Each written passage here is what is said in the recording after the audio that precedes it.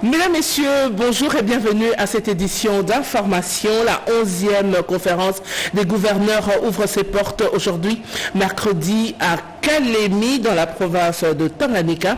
Le chef de l'État qui va présider la cérémonie d'ouverture est arrivé hier dans cette partie du pays. C'est pour bientôt le centre hospitalier universitaire Renaissance, ex-Mamaemo, ouvrira ses portes dans les prochains jours.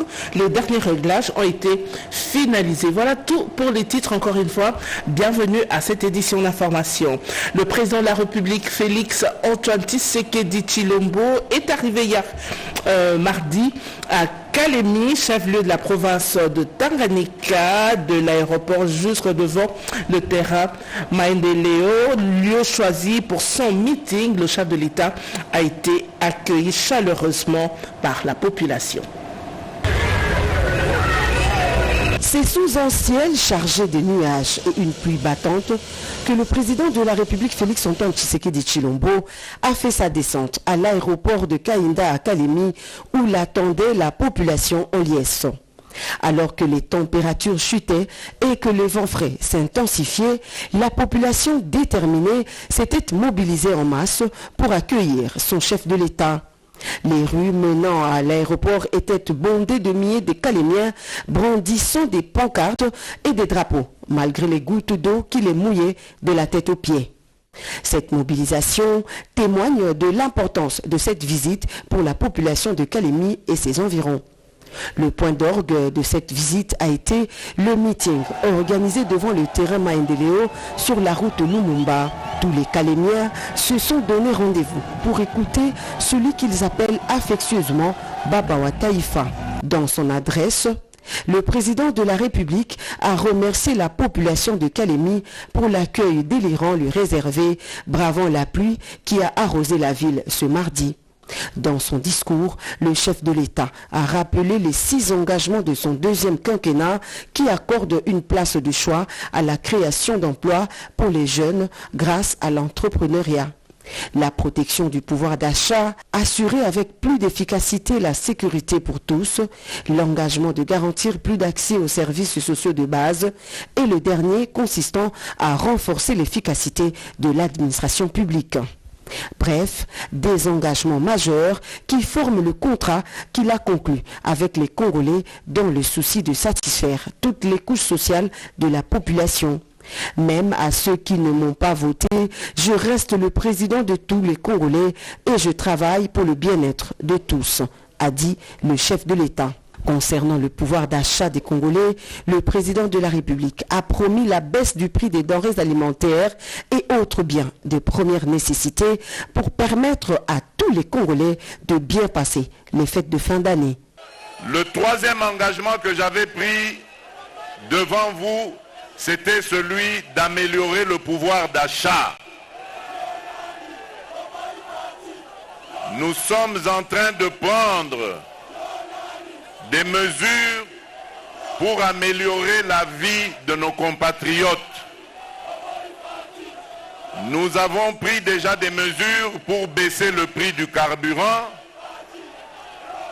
Nous sommes en train de prendre des mesures qui vont avoir leurs effets très bientôt pour baisser le prix des denrées de première nécessité.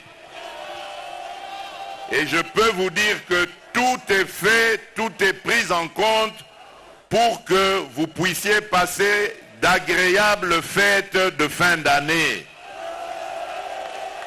Les prix des denrées vont baisser pour permettre au peuple congolais de festoyer dans la joie et dans la dignité. Soyez très vigilants parce que Tanganyika, l'une des provinces de l'ex-Grand Katanga, est également visée par les ennemis de la RDC à cause de la richesse de son sous-sol, a dit le président de la République à la jeunesse de Kalemi. Dans son itinérance, le président de la République a promis de passer 4 jours à Kalemi à l'écoute de toutes les couches de la population locale de la province. Pour clore son speech, Félix Antoine Tshisekedi Tshilombo est revenu sur sa position au sujet de la révision ou du changement de la Constitution. J'ai déjà donné ma position, je vous fais confiance parce que je sais que vous êtes un peuple mature. On ne peut pas vous empêcher de réfléchir sur votre constitution et de prendre la décision qu'il faut, a conclu le président de la République.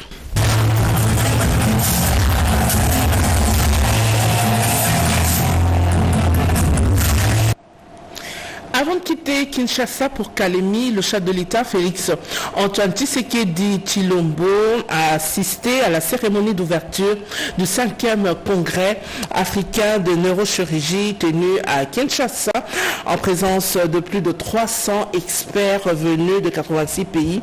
Le chef de l'État a salué le progrès enregistré dans ce domaine. Félix Antoine Tshisekedi a en outre réaffirmé l'engagement du gouvernement de bâtir un système de santé inclusif en République démocratique du Congo. La pratique des neurochirurgies en République démocratique du Congo est en progrès. Hier, 80% des pathologies neurochirurgicales étaient transférées à l'extérieur du pays et aujourd'hui, il n'y a que 20% des cas. Ces chiffres ont été révélés ce mardi 26 novembre 2024 au Fleuve Congo Hotel à l'occasion de l'ouverture à Kinshasa du 5e congrès africain des neurochirurgies, CANS. Depuis plus de 35 ans, on n'avait qu'un seul neurochirurgien qui traversait tous les pays pour 75 millions d'habitants. On s'est organisé depuis 2013 à créer une structure qu'on s'est mis ensemble avec les neurochirurgiens de la diaspora, qu'on a créé Paul et puis la Société congolaise de neurochirurgie, qui nous a permis de rassembler nos matériels et nos connaissances pour aider la population. Et à ce jour, les résultats à payer grâce à l'appui du chef de l'État qui chaque année, on lui présentait les problèmes, il n'a cessé de nous soutenir et nous sommes passés de 2015 à ce jour, sur les 8 ans, on est passé de 2 neurochirurgiens à 24 neurochirurgiens et dans les 3 ans à venir, nous passerons à 50 neurochirurgiens. Un appui du chef de l'État réitéré ce jour grâce à sa présence à ces grands événements organisés à Kinshasa avec plus de 300 experts en neurochirurgie venus de 86 pays. Les progrès et les avancées enregistrées dans ces disciplines en Afrique et plus particulièrement en RDC ont été salués par le président de la République Félix Antoine Tshisekedi Tshilombo qui dans son discours a réaffirmé l'engagement du gouvernement de bâtir un système de santé inclusif en RDC.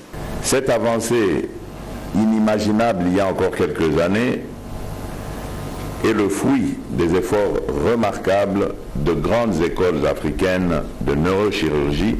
Je cite ici l'école du Sénégal sous la direction du professeur Badiane, l'école du Maroc guidée par le professeur Hamlichi et l'école du Zimbabwe représentée par le professeur Kalangu. Leur expertise et leur engagement ont ouvert des perspectives inédites pour le continent, transformant l'impossible en possible. Alors que nous nous réunissons aujourd'hui pour tracer ensemble les contours de l'avenir de la neurochirurgie en Afrique, permettez-moi de réaffirmer avec force l'engagement de mon gouvernement en faveur d'un accès équitable et universel à des soins de santé de qualité. Qu'il s'agisse des soins primaires ou des services tertiaires les plus spécialisés, notre ambition est claire: bâtir un système de santé inclusif, fondé sur l'équité, l'excellence et l'accessibilité pour tous.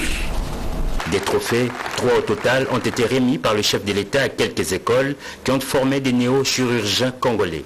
Il s'agit de l'école du Maroc, du Sénégal et du Zimbabwe. Ouvert officiellement par le président de la République pour 3 jours, le congrès de la CANS est une expérience incroyable qui réunit des neurochirurgiens du monde entier pour partager leurs connaissances et leurs avancées dans le domaine. Le discours du chef de l'État sur l'appui du gouvernement à tous les programmes et services sanitaires, spécialement la neurochirurgie, lors du 5e congrès mondial africain de la neurochirurgie, a suscité beaucoup d'espoir et d'encouragement aux participants. Sur cette admiration, les réactions ont suivi. Merci beaucoup. Ce congrès vise à améliorer les soins que nous offrons à nos populations ici en République démocratique du Congo.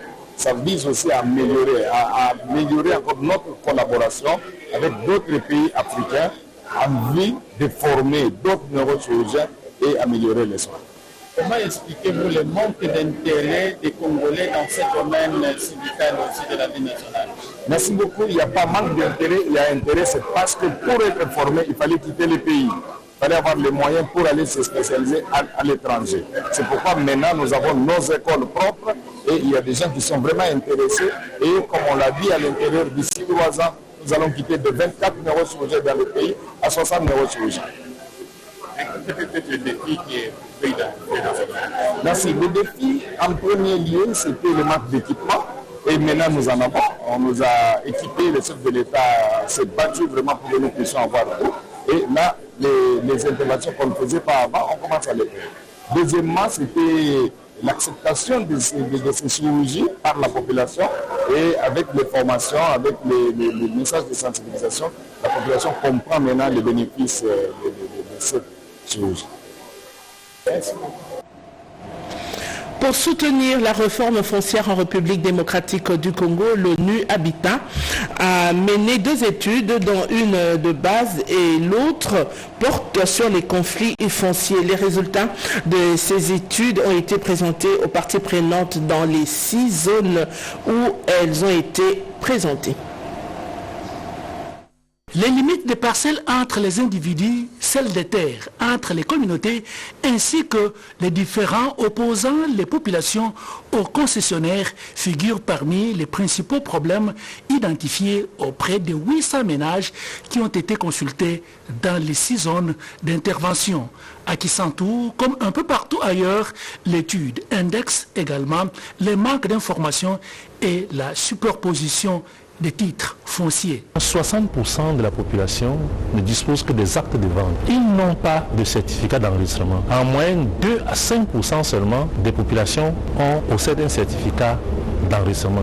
Aider le service de cadastre à informatiser le service quand on délivre une terre à quelqu'un, que ça soit déjà enregistré dans la base de données. Et que si on répétait encore, ça peut faire bip bip, on sait que c'est déjà attribué. Dans la zone de Maluku, à Kinshasa, les parties prenantes ont salué cette initiative qui devra in fine déboucher sur la mise en œuvre de projets destinés à réduire les conflits fonciers à travers les pays. L'ONU Habitat, en concertation avec la CONAREF, pourront initier des projets pour rencontrer les préoccupations, pour améliorer la gestion foncière dans notre pays, pour réduire les conflits fonciers.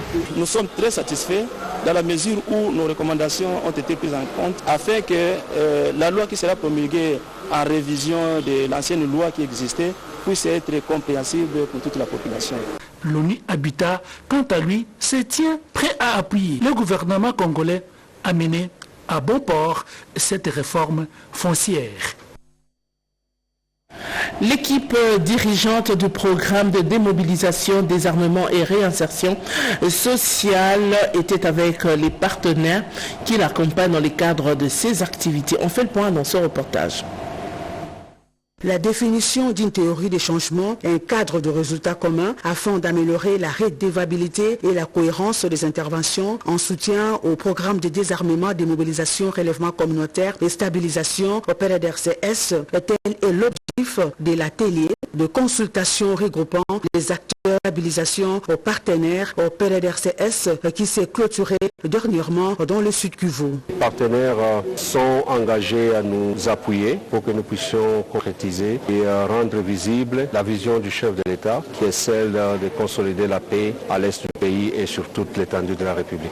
Le coordonnateur principal du DDR Stabilisation de la MONUSCO, Khaled Ibrahim, a pour sa part réaffirmé l'engagement de la MONUSCO et des organisations des systèmes des Nations Unies d'accompagner le prestigieux programme de la présidence de la RDC pour le retour de la paix et de la stabilisation dans l'est du pays. Apporter notre appui au PDDRCS pour qu'il continue maintenant à prendre ses responsabilités complètes pour l'opérationnalisation du PDDRCS. On travaille étroitement avec les agences des Nations Unies Unies. La MONUSCO quitte, mais les Nations Unies restent. Donc les agences des Nations Unies, toutes sont engagées, y compris aussi avec l'appui des acteurs de la stabilisation et la société civile, puisque ça c'est un programme national qui concerne tous les Congolais. Avant son retour à Goma, dans la province du Nord Kivu, le coordonnateur national ad intérim du PDDRCS, William Kapuku-Bwabwa, a échangé avec les responsables de la société civile et les leaders politiques du Sud Kivu qui ont promis un soutien au programme pour la réussite de sa mission.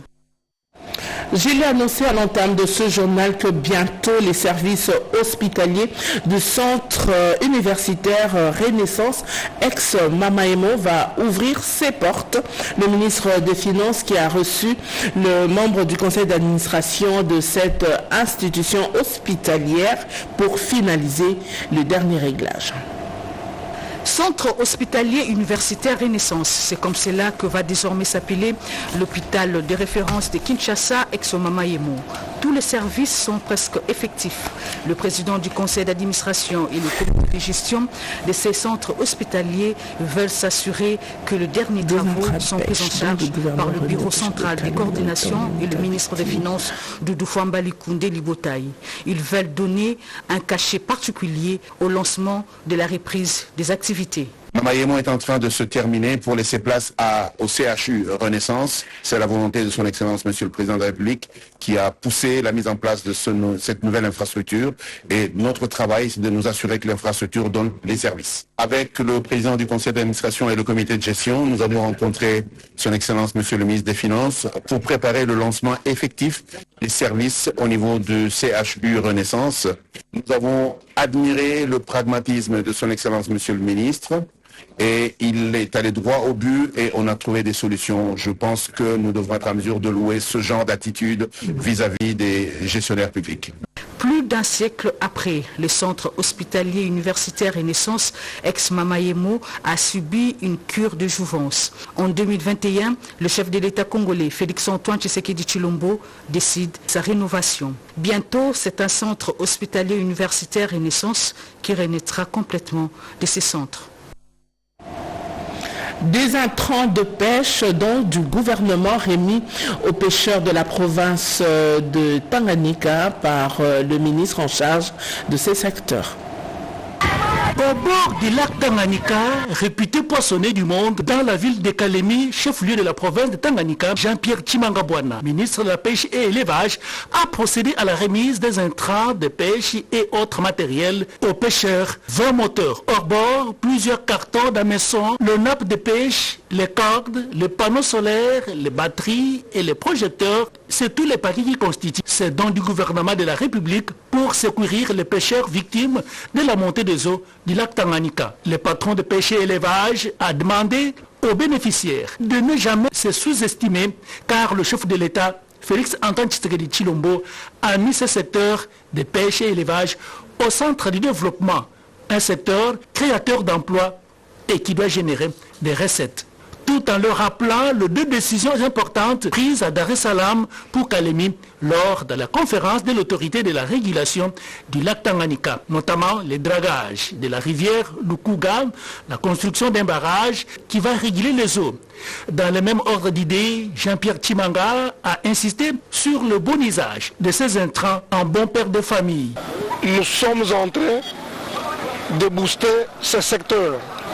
Nous sommes en train de créer cette dynamique qui va nous aider à arriver à l'autosuffisance alimentaire.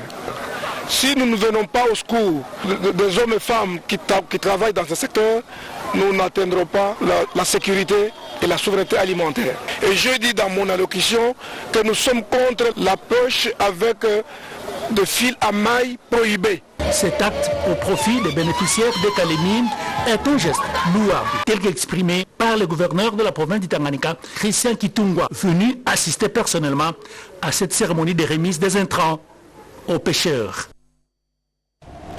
Former les hommes et les femmes pour les autres, avec les autres et au service des autres. C'est l'objectif du colloque international sur l'éducation jésuite en République démocratique du Congo et en Afrique, organisé par l'Université Loyola du Congo. Les universités jésuites en RDC en général et l'université Loyola du Congo en particulier, encouragées par Madame la ministre de l'Enseignement supérieur universitaire Marie-Thérèse Sombo Safi. C'était ce lundi à Kinshasa à l'occasion de l'ouverture officielle du colloque international sur l'éducation jésuite en RDC et en Afrique ainsi qu'au Madagascar, bilan et perspectives. Ces rendez-vous scientifiques de haute portée s'inscrivent dans le cadre des activités relatives à la célébration du jubilé d'or de l'université Loyola du Congo. Le ministère porte un regard particulier sur vos activités, lesquelles reposent sur la promotion du développement du capital humain durable, solidaire et inclusif. Personne ne peut douter des jésuites dans le domaine de la formation, tant au niveau scolaire qu'universitaire. Plusieurs discours prononcés en ces premiers jours de travaux, essentiellement basés sur la promotion de la qualité et de l'excellence. Selon le recteur de l'université Loyola du Congo, le révérend père, professeur Ferdinand Muhigi-Roy, l'éducation jésuite a pour objectif de former les hommes et les femmes pour les autres, avec les autres et au service des autres. Nous célébrons ce jour un jubilé de platine 70 ans d'existence de la faculté Saint-Pierre-Canisius, un jubilé de perles 30 ans de la faculté agronomique et vétérinaire, un jubilé d'État 10 ans de la faculté des sciences et technologies ULCICAM. Cette rencontre internationale qui réunit des participants venus de par le monde où sont implantés, la compagnie de Jésus a mis un accent sur la volonté, car il ne suffit pas seulement d'enseigner les savoirs ou les compétences, il faut aussi éduquer les cœurs et former la volonté. Enabel, cette organisation belge vient de former 40 inspecteurs et contrôleurs du travail dans la province de l'Alaba. Ils étaient au total 40, tous inspecteurs et contrôleurs du travail. Cette formation de 2 jours leur a servi à renforcer leurs capacités sur notamment les visites d'inspection avec des procédés efficaces et modernes, mais aussi l'harmonisation des outils de la digitalisation de l'inspection avec la formation et la remise des outils digitaux. Alors nous avions appris comment d'abord utiliser cet outil numérique qui est une tablette où il y a toutes les dispositions comme si c'était une fiche papier. Nous allons utiliser un outil qu'ils ont mis à notre disposition pour pouvoir faire bien notre travail. Il y a aussi une particularité parce que quand on collecte les données, on a la possibilité d'envoyer ces données directement à notre inspection générale du travail. Auparavant, il y avait une difficulté pour transmettre les données de notre lieu d'affectation vers notre direction générale qui est à Kinshasa. Les interventions de Nathalie Kabombo, experte en protection sociale, de l'inspecteur urbain chef de division ou encore de l'inspecteur général du travail Jean-Paul Mbombo ont au-delà du mot d'ouverture du représentant du ministre provincial du Travail circonscrit le cadre de cette formation. Avec l'accompagnement technique et financier de l'Agence belge de développement Enabel dans le cadre du portefeuille Travail décent et protection sociale, cette activité s'est clôturée à Kolwezi, chef-lieu de la province du Lualaba. Poursuivons ce journal avec cet atelier de sensibilisation sur les questions de genre organisé par le ministère du Genre, Famille et Enfants. Les violences prennent petit à petit du volume en milieu universitaire. Debout, la structure Women veut contrer ces fléaux. Face à ces étudiants, ces orateurs du jour sont venus partager et discuter avec l'élite des différents mécanismes de protection et de défense mis en place pour contrer ces phénomènes qui perdurent encore. Activité associée à quelques diplomates accrédités en RDC pour démontrer l'ampleur du problème, a précisé la présidente des Wise Women, Grace Massangou. L'action a été beaucoup plus portée sur les violences universitaires, parce que ces fléaux rongent nos universités. Il y a pas mal de cas de viol dans nos universités, mais qu'on dénonce. On a eu de violence, alors nous avons organiser cette activité. Face à ces constats, ils sont appelés à dénoncer leurs bourreaux victimes. Représentante du PNU. Sexuel. C'est une question qui est récurrente. Aussi les violences sexuelles, mais aussi les violences psychologiques que nous n'allons stopper, mais comment on peut réduire. C'est plus important, sensibilisation. Ces moments de discours après laisser place les orateurs et les instances pour rendre dans le fond la hauteur en jeu. Le gouverneur de Haut-Uélé mobilise la population de sa province pour un accueil digne de ce nom au chef de l'État, Antoine Tshisekedi Tshilombo, qui est attendu dans les prochains jours à Isiro. En vue de réserver un accueil digne de son rang à l'occasion de la toute première visite officielle du couple présidentiel à Isiro, le gouverneur Jean Bakomito Gambou en personne à la tête d'affiche pour une mobilisation générale. Dans son viseur, les femmes militantes des partis politiques membres de l'Union sacrée La Nation, la nuit tombante. D'abord au siège de la Fédération provinciale pour la démocratie et le progrès social UDPS, Haut-Uélé, la joie est ensemble. Le disciple de Félix-Antoine Tshisekedi Tshilombo confirme l'arrivée de son maître et démontre aux membres bonne raison de l'accueillir triomphalement. Ensuite, même ambiance au siège du parti ASC, dont il est autorité morale. Ici, l'effervescence accompagne toute la séance. Jean Bakomito Gambou, plus que motivé, reste déterminé à pousser plus loin pour atteindre d'autres couches sociales. Vous sentez la chaleur, les mamans sont déjà contentes et on sent la joie. Isiro va bouger, les Haut-Uélé va bouger parce que c'est la première visite officielle du chef de l'État dans la province du Haut-Uélé après son élection, qui ne vient pas seule, qui vient avec Maman Denise. Nous devons nous mettre debout en commençant par nos mamans pour sensibiliser afin qu'elles tous nous puissions réserver un accueil chaleureux, très chaleureux au chef de l'État. Message bien capté par les mamans qui n'attendent plus que le jour J. Message qui est papa Fachi Beto Zoya, photo se préparer to yambaye, benga kidiso akabola so ba maputa ndenge tokola tango pona ko yambaye mokolo koya. Merci pour Maman Denise. Ba tombola ba mama. Aya lisusu. Tozela ya. Tozolela aya. Tozolela aya na mai na miso. Bango yoso bango na papa Fachi Beto. Yango amemeli biso kado na bilamba. Ayeli pe nsombo poto tonga ko yamba papa.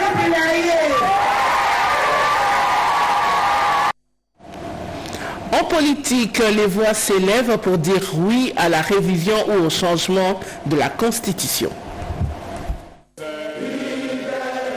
Pourquoi changer la Constitution? Cette question était au cœur du cadre de réflexion organisé ce week-end à Kolwezi de la province du Lualaba. Lors de cette rencontre, Françoise Mangweji Kouara, bourgmestre de la commune de Dilala, a mis en lumière plusieurs failles de l'actuelle constitution de la République démocratique du Congo. Elle a plaidé pour des réformes majeures, à savoir la nomination du gouverneur par le président de la République et l'allongement du mandat présidentiel à 10 ans non renouvelable. La bourgmestre estime que le mode actuel de désignation des gouverneurs basé sur l'élection par le député provinciaux est à l'origine d'une instabilité politique chronique dans deux provinces. Selon Françoise Mangweji, les chefs des exécutifs provinciaux, souvent dépendants du soutien des élus locaux, consacrent une partie importante de leurs ressources à éviter des motions de censure et des défiances.